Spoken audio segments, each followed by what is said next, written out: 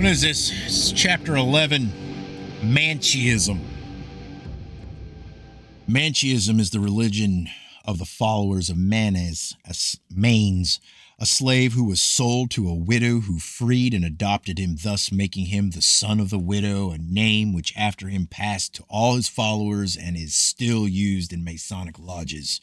Of Manchaeism, C.W. Oliver considered an authority on all Masonic matters, writes, Manchaeism was one of the most important attempts to be found a universal religion and to reconcile the Christian, Buddhist, and Mazdian with the Greek philosophy. It presented the same syncretic ideas found later among Muslim Druze and among Sikhs. It failed in the first place because Islam presented a much simpler system in the East and because in the West Christianity was already developing in the time of Manes, a religion which aimed to reconciling the paganism of Italy and Gaul with the ethics of Christ, this presenting a simpler and more familiar faith. But the one achievement of Manes was the creation of the devil, which led to the afterwards unremovable taint throughout religions. Manes was a notable philosopher and religious teacher born about the year AD 216. And he was crucified and flayed alive by the Persian Magi under Brahman I in the year AD 277. His Persian name was Sharekh, rendered Cubricus in Latin. He was the slave of the wife of a certain Terbinith who was a disciple of Sithanaeus, of the race of the Saracens. Oliver tells us further that his Acta Arcdei became the Mancinian Bible with sundry added epistles. He taught the Mazdian dualism of the powers of light and darkness as representing good and evil beings, and the ascension which aimed at the control of all passions.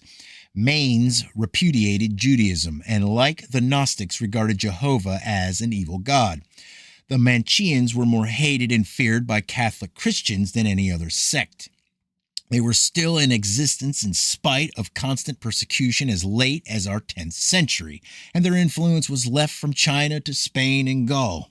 It still lingers in Asia, and among the Christians of St. Thomas in Madras it survived till the 15th century.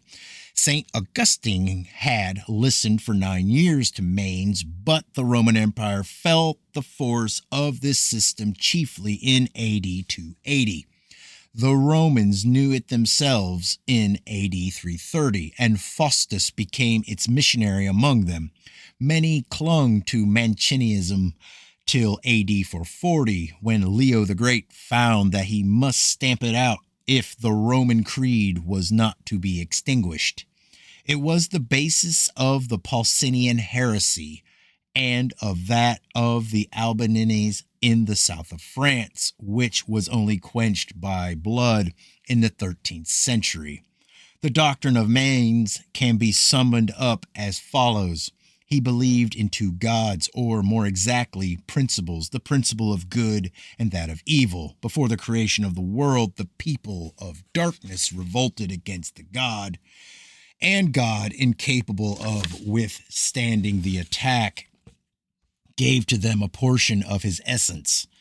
The people of darkness, having within them the principle of evil by their very nature and the principle of good which they had just acquired, were able to constitute the world, where both these principles constitute the world, where both these principles are combined, but where the principle of evil predominates as the natural characteristic of its originators.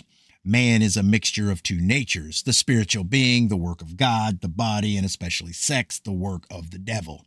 Summoners, another authority, further explains that it must be clearly borne in mind that these heretical bodies with their endless ramifications were not merely exponents of erroneous religious and intellectual beliefs, by which they morally corrupted all who came under their influence, but they were the avowed enemies of law and order, red-hot anarchists who would stop at nothing to gain their ends. Terrorism and secret murder were their most frequent weapons. The Manichaean system was in truth a simultaneous attack upon the church and the state, a desperate but well-planned organization to destroy the whole fabric of society, to reduce civilization to chaos.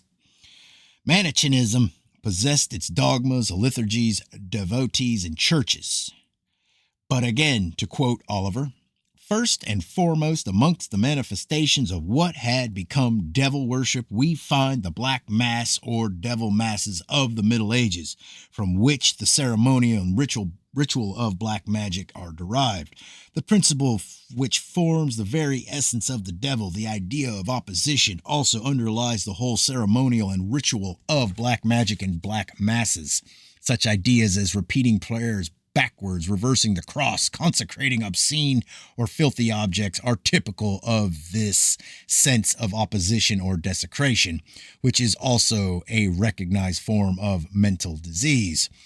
The key word to the whole of the practices of black magic is desecration. Yet another authority not to be overlooked, namely Abel Barul, author of Memoirs pour servir à la histoire de Jacobinisme, shows the remarkable analogy between the dogmas and rituals of Freemasonry, Templarism, and those of Manichaeism.